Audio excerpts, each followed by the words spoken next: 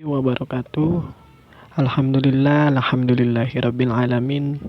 Wa bihi nasta'in wa ala umuri dunya waddin. Wassalatu wassalamu ala asrafil anbiya'i wal mursalin. Sayyidina wa maulana Muhammadin wa ala alihi wa sahbihi ajma'in. Amma ba'du. Yang terhormat dosen pembimbing saya, yaitu Bapak Bujang MSI, dan juga yang terhormat dosen pembimbing saya, Bapak Fatur Rahman MPD. Baiklah, di sini saya ingin memperkenalkan nama saya. Nama saya Muhammad Fahmi Faujan, NPM 41819119119028. Saya dari kelas reguler C angkatan 2019, para red 3, mata kuliah profesi pendidikan, Universitas Islam 45 Bekasi. Oke, baiklah. Di sini saya akan memperjelaskan multi peran guru penjas sebagai pelatih sekolah, pelatih voli, dan usaha ayam kampung. Ya, di mana pelatih sekolah atau pelatih sepak bola, pelatih voli, dan usaha ayam kampung itu adalah sebuah sampingan, adalah sebuah usaha di mana sebuah usaha di luar sebagai kita sebagai seorang pengajar atau sebagai seorang guru di sekolah. Oke, yang pertama yaitu sepak bola. Ya, sebagai pelatih sepak bola, mengapa memilih pelatih sepak bola selain menjadi guru pendidikan jasmani dan rohani? Karena menurut saya, selain menjadi guru PJOK yang merupakan kewajiban sehari-hari di dalam lingkup sekolah, melatih sepak bola juga bisa kita gunakan atau manfaatkan sebagai sebuah wadah berbagi ilmu dan menambah ilmu dan mendapatkan imbalan. Ya, dimana imbalan ini, dimana kita mendapatkan sebuah imbalan dengan catatan keikhlasan yang diberikan kepada anak-anak yang telah kita berikan ilmu atau kita latih, dan kita tidak pernah memberikan sebuah patokan berapa yang harus dia berikan kepada kita.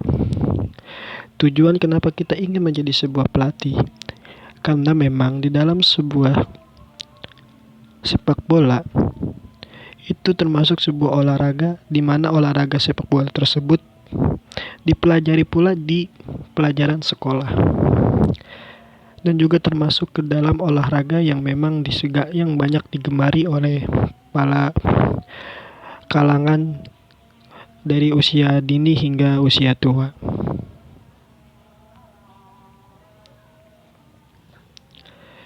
Apakah dalam pelaksanaan memiliki hambatan atau persoalan?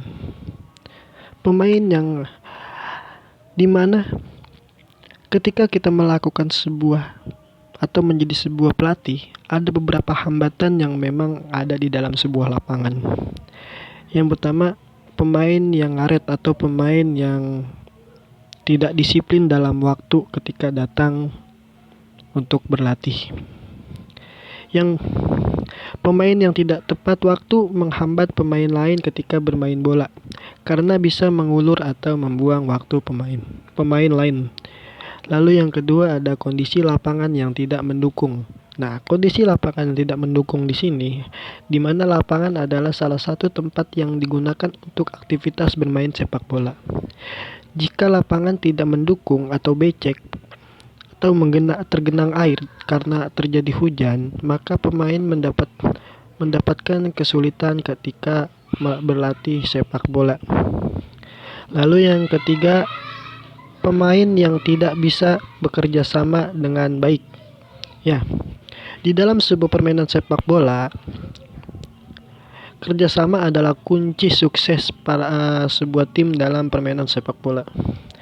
Permainan sepak bola merupakan permainan tim, di mana permainan tersebut seorang pemain bekerja sama dengan baik antara satu dengan lainnya. Jika ada pemain tidak bisa bekerja sama dengan baik, maka pemain tersebut tidak ada kekompakan, padahal kekompakan adalah salah satu sebuah bentuk atau kekompakan adalah salah satu kunci suksesnya dalam sebuah tim.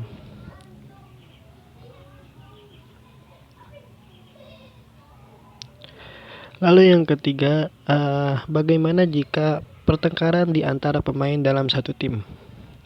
Ya, akan menghambat kekompakan dan chemistry dalam satu tim.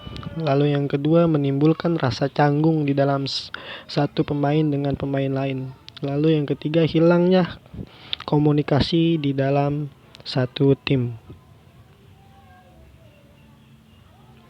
Solusi mengatasi persoalan kejadian yang terjadi di dalam lapangan. Memberikan sanksi tegas terhadap pemain yang tidak tepat waktu. Itu yang pertama. Lalu yang kedua, mencari alternatif lain untuk berlatih ketika lapangan dalam keadaan tidak memungkinkan atau becek untuk dijadikan aktivitas berlatih sepak bola. Lalu yang ketiga, memberikan arahan kepada pemain yang tidak bisa bekerja sama dengan baik, di mana kita sebagai seorang pelatih harus bisa menempatkan atau memberikan sebuah arahan atau contoh di mana pemain tersebut harus bisa disiplin mengatasi sebuah kondisi di mana misalkan ada lapangan yang becek, kita harus bisa mengatasi. Lalu yang ketiga, bisa memberikan arahan kepada pemain agar pemain-pemain tersebut bisa harmonis, bisa menjadikan sebuah tim itu tim yang harmonis dan menjadi tim yang hebat.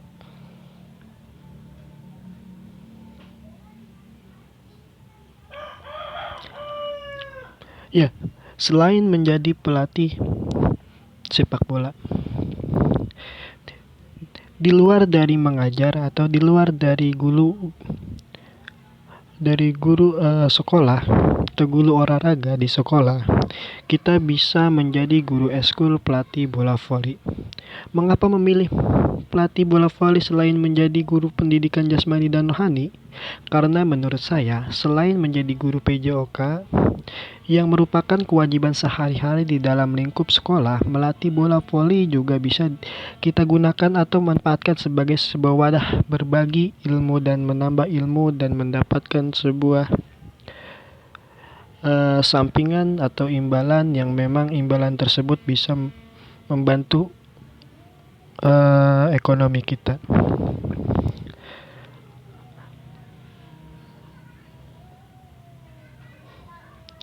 Apakah dalam pelaksanaan memiliki hambatan atau persoalan? Yang pertama, pemain yang ngaret, ya sama dengan melatih sepak bola. Melatih sebuah olahraga voli pun sama seperti sepak bola. Ada pemain yang ngaret, kondisi lapangan yang tidak mendukung, pemain yang tidak bisa bekerja sama dengan baik. Ya, di mana pemain yang ngaret, pemain yang tidak datang tepat waktu dalam waktu latihan. Lalu yang kedua, kondisi lapangan yang tidak mendukung, ya. Di mana kebanyakan lapangan voli itu tidak semua tertutup atau indoor, tapi juga di mana lapangan voli itu bisa terbuka, ya, dan juga bisa kapanpun tergenang air karena diguyur hujan. Lalu yang ketiga, ada pemain yang tidak bisa bekerja sama dengan baik. Ya, di dalam sebuah permainan bola voli merupakan pemain tim, ya, di mana pemain bermain bola voli pun termasuk ke dalam sebuah permainan kelompok. Ya, di mana sebuah permainan kelompok itu harus membutuhkan sebuah kerjasama tim. Ketika satu pemain dengan pemain lain tidak bisa bekerja sama, maka permainan dalam satu tim itu tidak akan berjalan. Lalu Bagaimana jika pertengkaran di antara pemain dalam satu tim? Yang pertama akan menghambat kekompakan dan chemistry dalam satu tim. Yang kedua, menimbulkan rasa canggung di dalam satu pemain dengan pemain lainnya. Hilangnya komunikasi di dalam satu tim. Karena di dalam sebuah tim, di dalam sebuah kelompok itu sangat membutuhkan yang namanya sebuah komunikasi, ya. Lalu, bagaimana solusi mengatasi persoalan kejadian yang terjadi di dalam lapangan? Kita sebagai pembimbing atau sebagai pelatih seharusnya bisa atau memberikan sanksi tegas terhadap pemain yang tidak dapat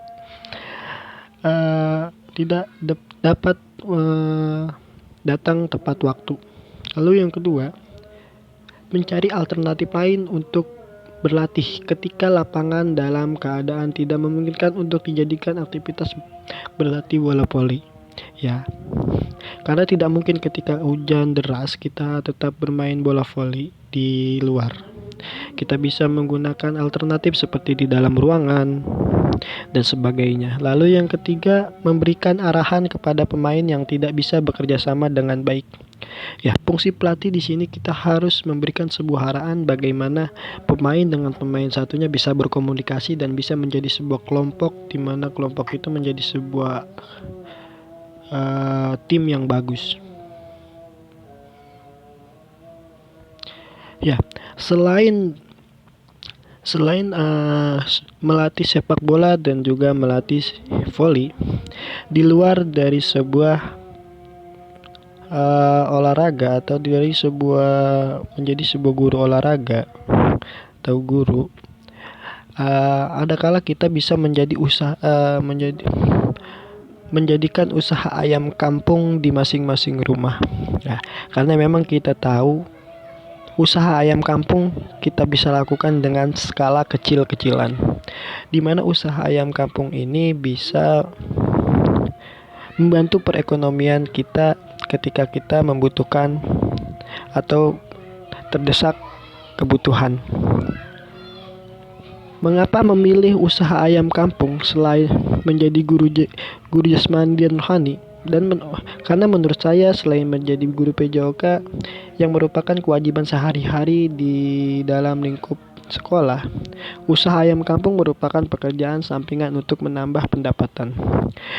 Dan juga modal yang kecil itu menjadi sebuah alasan kenapa ayam kampung itu atau beternak ayam kampung itu menjadi sebuah alternatif bagi para guru, khususnya bukan hanya cuma guru olahraga saja ya.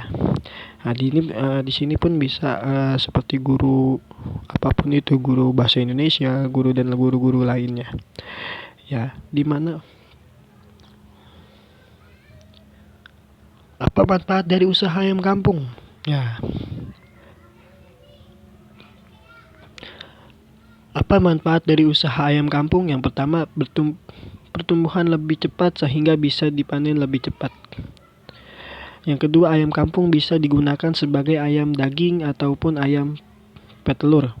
Lalu yang ketiga, harga jual dari daging dan telurnya jauh lebih tinggi daripada jenis lainnya. Lalu yang kelima, jenis selain telur dan ayamnya bisa dijual kotorannya pun bisa dijadikan sebagai pupuk. Bisa dijual kembali kepada petani tanaman. Lalu yang keenam, memiliki waktu yang fleksibel baik dari penjualan maupun pemberian pakan. Ya, kenapa beternak ayam kampung itu ide yang bagus ketika kita melakukan memulai usaha kecil. Karena beternak ayam kampung itu lebih mudah dibanding beternak hewan-hewan pada lainnya. Apakah memiliki hambatan dalam usaha ayam? Ya. Yang pertama, harga pakan yang terus meningkat. Harga pakan merupakan komposisi terbesar dalam modal produksi. Oleh karena itu, saat harga pakan terus mengalami kenaikan, dapat berimbas pada perkembangannya modal atau produk. 2. Serangan penyakit adalah salah satu kendala di mana penurunan produksi ayam, dan juga bisa menularkan penyakit-penyakit kepada ayam. Lalu yang ketiga, kesulitan pemasaran. Nah, iya. Biasanya ayam-ayam kampung itu kisaran harganya itu bisa tinggi hanya di hari-hari tertentu seperti hari Lebaran, hari raya Idul Adha, hari raya Idul Fitri, lalu hari-hari besar lainnya.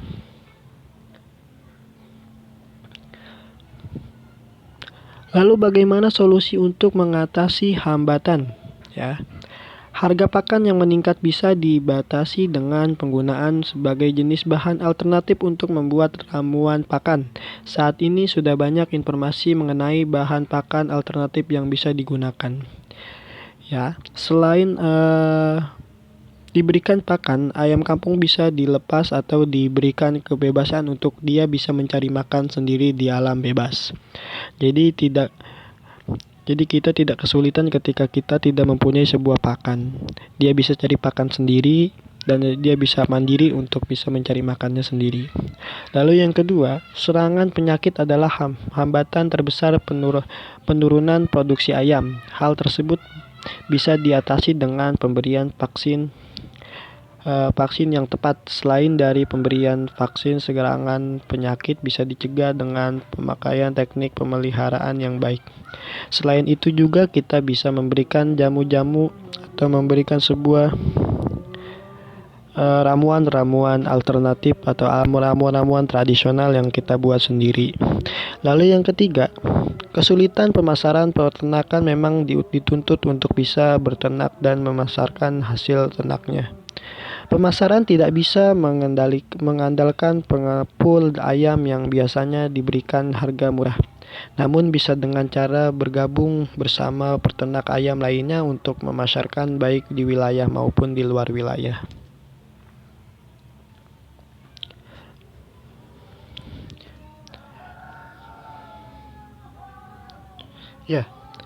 Ya, saya kira itu saja.